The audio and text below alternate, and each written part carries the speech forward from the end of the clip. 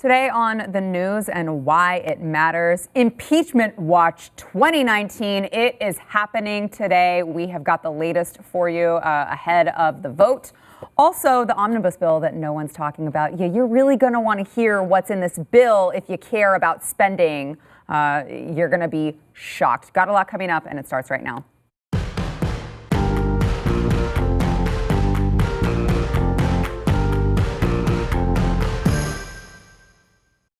Oh, hello there. Welcome to the news and why it matters. I am Sarah Gonzalez, today joined by Stu Bergier and chief researcher of the Glenn Beck radio program, Jason Buttrell, who I feel like we need to have you on when there's like Russia stuff, Ukraine stuff. Have you done all of your investigative work on this stuff that we're talking about today?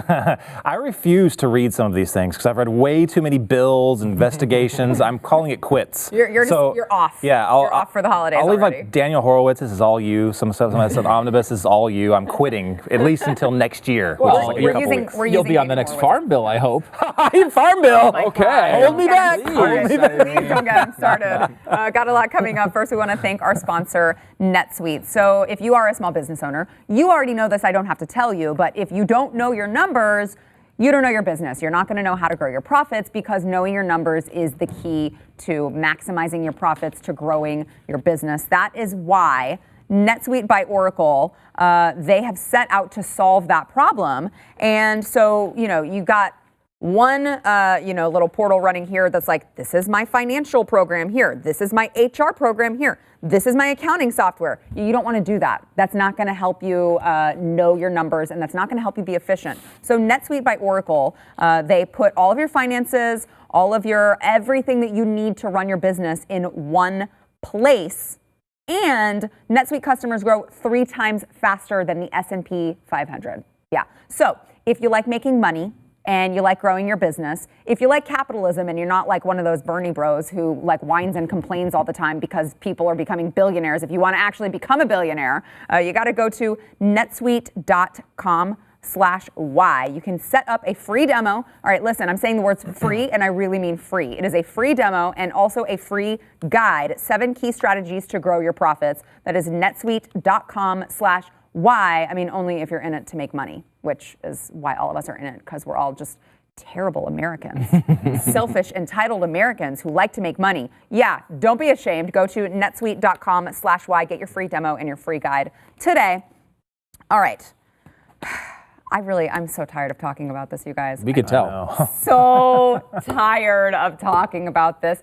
But I'm doing it for you guys out there, the viewers, who want it's so to hear. Historic, though, right? And somber. Historical and somber. Was it solemn? Solemn. It was a solemn day. Sad, historic, important. You will always remember where you were today when they cast that vote to impeach Donald Trump in a charade that we all knew the outcome from. Basically, the day the Democrats got control of the House. Or the day he was elected. Yeah, I mean, at least there was a chance Republicans would hold the House at that point. Yeah. But yeah, you're right. I mean, they were introducing bills before he was even, in office to impeach the guy. They were saying that was one of the main. I mean, Rashida Tlaib famously said she was getting elected just to go impeach him. This is it's been a long road, and this is the one good piece of news you'll get today is that this road is almost over. I mean, we're going to come back from Christmas break, and what we're going to see on the other side is a Senate trial, which by all indications, both Trump and McConnell want to go very quickly with no witnesses. I don't necessarily agree with that approach, but I think that's what we're going to see. Okay, I have a question on that maybe both of you know, but is there any oversight after a Senate impeachment trial? Like, so can they say, okay, can they just table the thing, get rid of it, and then say after the fact, now here's the oversight and some of the things we thought was fishy in the entire proceeding? I mean, they could always run, hearings and committees and such, but Senate has full control, complete control over the way this goes. I actually did like McConnell's response to what's his name, his counterpart, Minority Leader. Oh, Schumer. Mm-hmm. I actually liked his response. Here, yeah. Don't worry, take your time. I liked his response where Schumer was, saying, no, you need to call these people and these people and these people. And McConnell's like, that's not our job. Like, our job is not. Maybe you guys should have the House. The House, right? Should have thought about that before they passed it on to the Senate. I totally agree with that. Like, why should McConnell spend all the effort to do what the House Democrats didn't do? Like, I mean, and the only reason they did it so fast and so sloppily is because they wanted to just do this before everyone flew home for Christmas break. Yeah, and I think too, reason. Schumer knew that McConnell didn't want to call witnesses, so he is at a no-cost proposition to say he wants them. He doesn't actually want them, right? Yeah. I mean, there's a lot of senators who are running for president who don't want to be away from Iowa for the entire month of January if they can help it.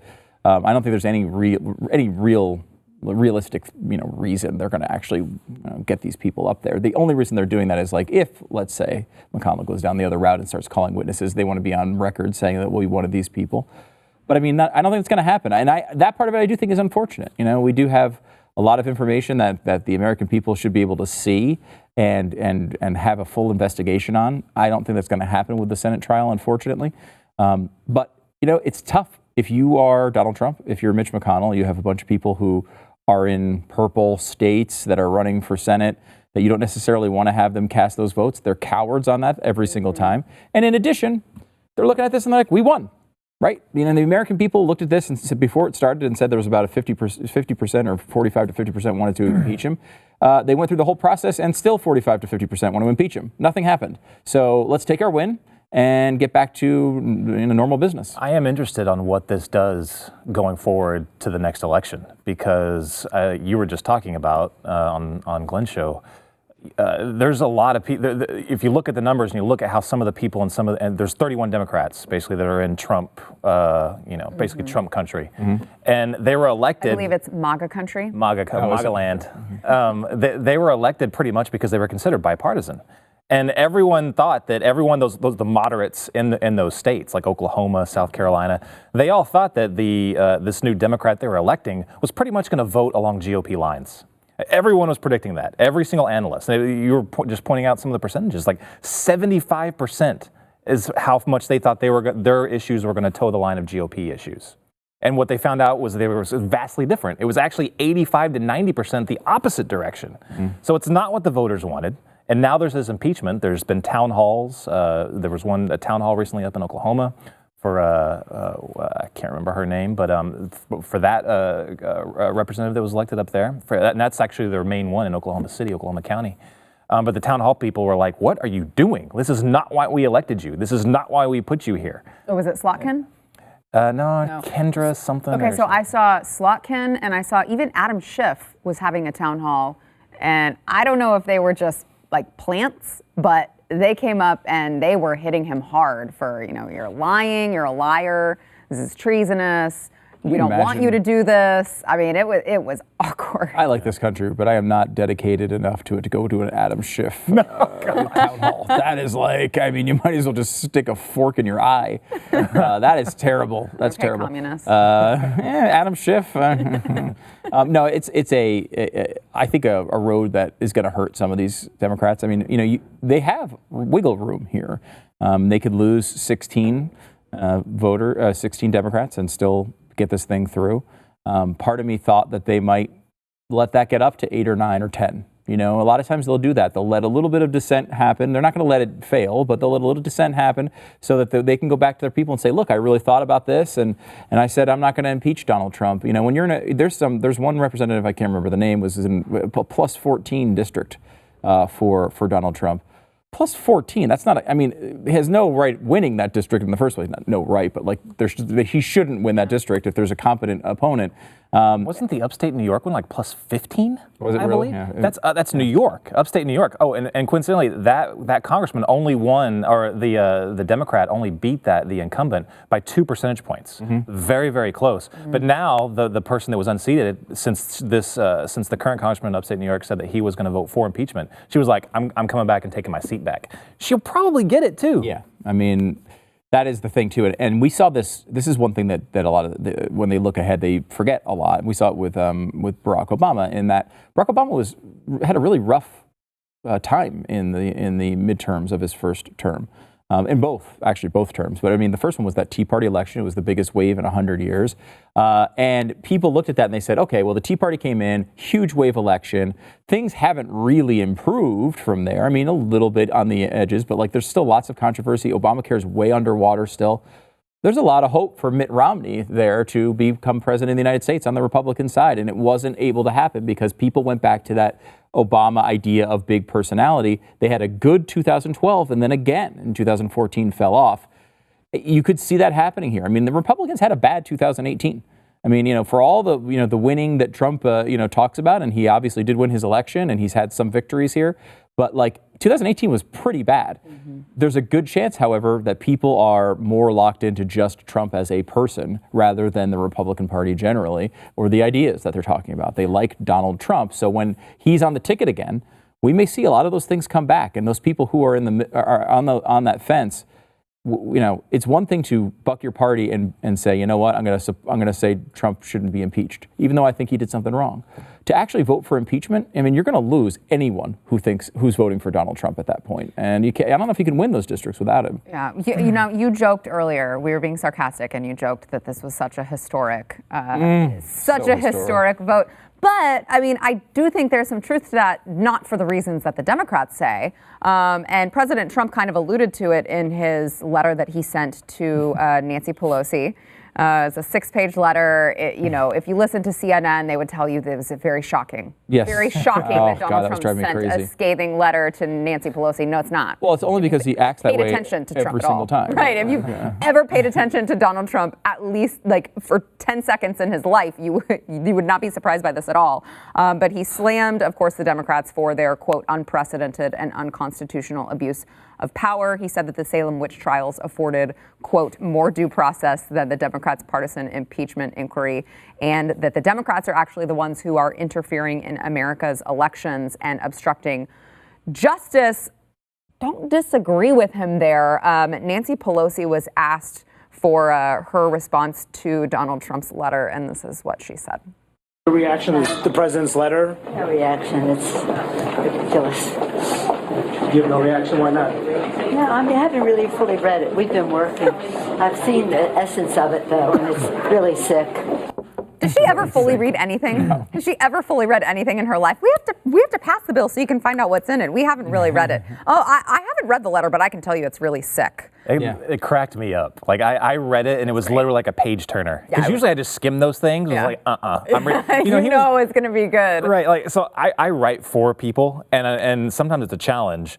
It would be it would be both the best job of your life to write for Donald Trump, and both at the exact same time the worst job of your life. Because when you're writing things like that, it'd be so fun. Can you imagine? And you're not so right. That's him dictating that. You could tell when it's him. I mean, could I just? Yes. I forgot. I was going to ask the producers to get a screenshot of this because I thought of you when I read it, and for some reason, no pressure was capitalized. Right. Just in a regular paragraph, a regular sentence, when he says no pressure, N is capitalized, P is capitalized. And I was just like, that is him. Yeah, that's him. That's him. And look, I think there's something nice about that, right? That the president's actually saying, you could tell when Trump's not using his own words. And there was an exclamation point. Yeah, right. Like, that's him. But this was really him. It wasn't shocking at all. It would have been, maybe it was shocking that he didn't put it in a tweet thread. I don't know what was shocking about it. That part of it really has bothered me for some reason as I've watched this coverage. And that, like, the coverage capitalization. Yeah, well, that too, but that does, as you know, bother me. But like just the disingenuous nature of it. It's like there is no one who's saying the things they actually mean. I mean, this was Wolf Blitzer, and Wolf Blitzer, he's a news guy, and Wolf of the people at CNN, Wolf Blitzer is not the biggest problem over there by any means. That's a pretty low bar. Well, to be fair, but like Wolf is like not.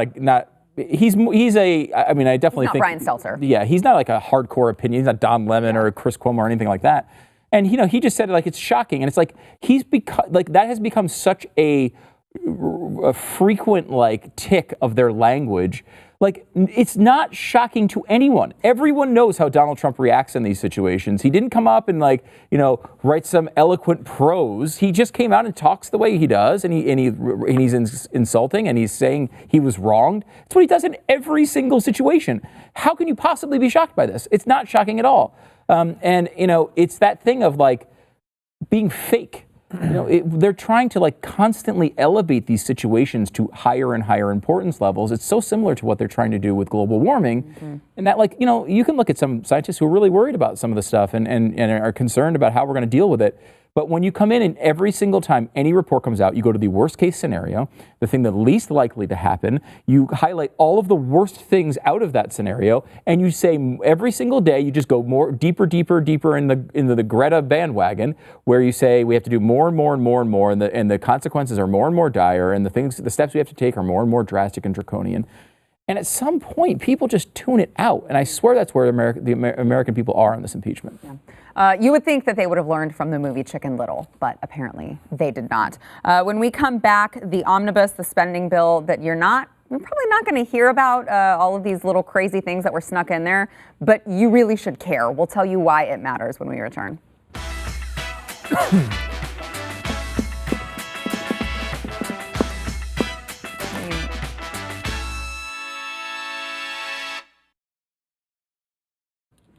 Before we get back into the program, we want to thank our sponsor, Overcomer Movie. It is not only available for digital download, say that 3 times fast, it is also available for Blu-ray and DVD purchase. Stu, you've seen it. Yeah, I mean, it's a great movie. For faith, as around the holidays, it's a great thing to do to watch because it's inspirational, and it's the Kendrick brothers. They have lots of great stuff. But it tells the story of a town has a manufacturing situation where the plant closes. Basically, everybody moves out of town, so they have this like state championship level basketball team that has to dissolve essentially, and this guy has to wind up coaching a sport he doesn't care about, cross country, but who would? Who cares about cross country? And the cross country team, which was one person. And so that's a tough coaching gig. But it goes into how it's a great example of, especially if you're a person of faith, of how you're supposed to take things that don't seem all that great and try to find what you're supposed to learn out of them. Or if you think cross country is boring and you don't want to pay attention to it, you soon learn when you watch the movie. It actually is. It's interesting. Well, I don't think it makes cross country interesting, but it does make the relationships interesting. No, it does actually. I mean, it's a great story, and it's a perfect one for the family around the holidays. Overcomer, I would definitely recommend it. It is overcomermovie.com. Don't be fooled. I know you're like, oh, another faith movie, boring. No, that's not this one. Trust us on this. It is overcomermovie.com. Go get you Blu-ray, DVD, or digital download at overcomermovie.com. This omnibus bill. Before we get into this, I would just like to say Daniel Horowitz was on your show. Yeah. When was it? Hour 2? It was this morning, and I filled in for Glenn today as well and had him on. So okay. We've had our double dose of Daniel Horowitz today. Yeah, so just the things that he was talking about, I was horrified. Conservatives used to care about spending. That seems to be just a thing of the past. So this omnibus bill that was just passed, Trump is apparently poised to sign it tonight and is very happy about it, according to Kellyanne Conway. It is a $1.4 trillion bill. And just to list a couple of the things that it either includes or for spending or was snuck in there, it includes a repeal of Obamacare's Cadillac tax on the high-cost health insurance benefits.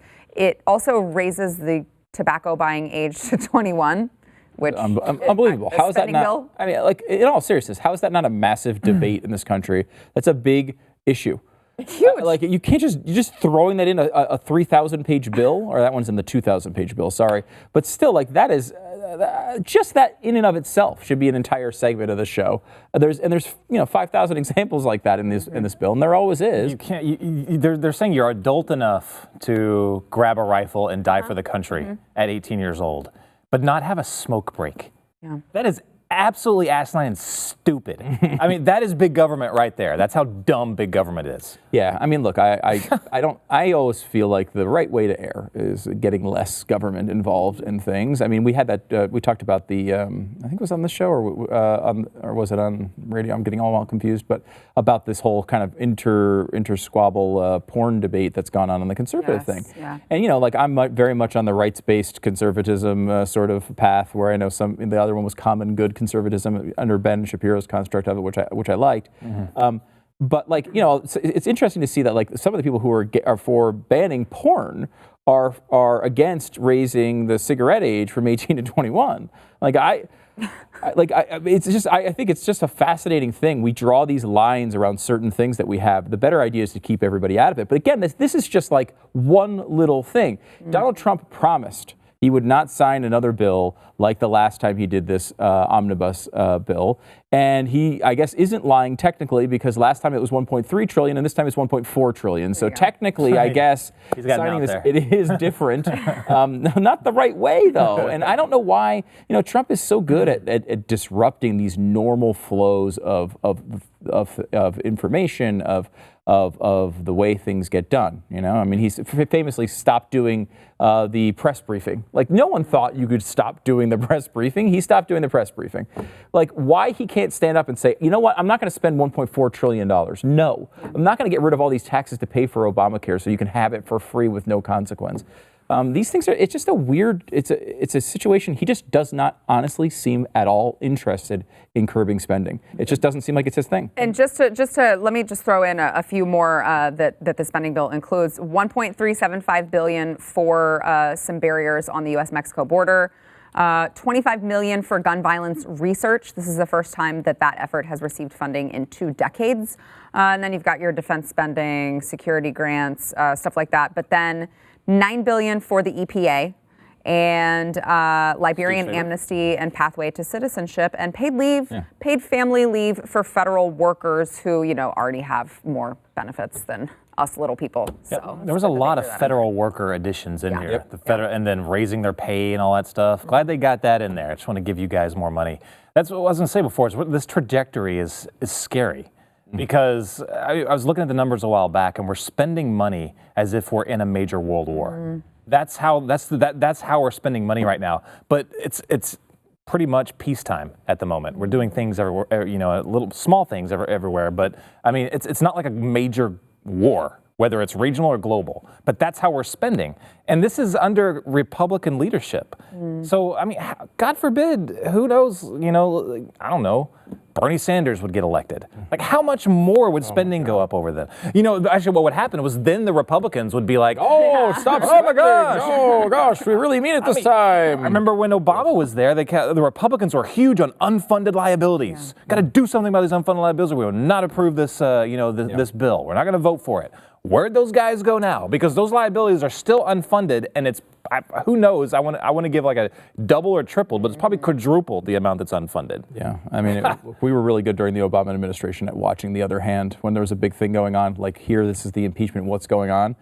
Tons of stuff you want to know about, and we need to continue to watch the other hand. And I'll say, like, the one big issue with Trump, and it's where he's vulnerable, and he's done a lot of good things, but one of the things I think people really like about him, and they see it as a strength, is he makes these big, bold promises and promises to follow through with them.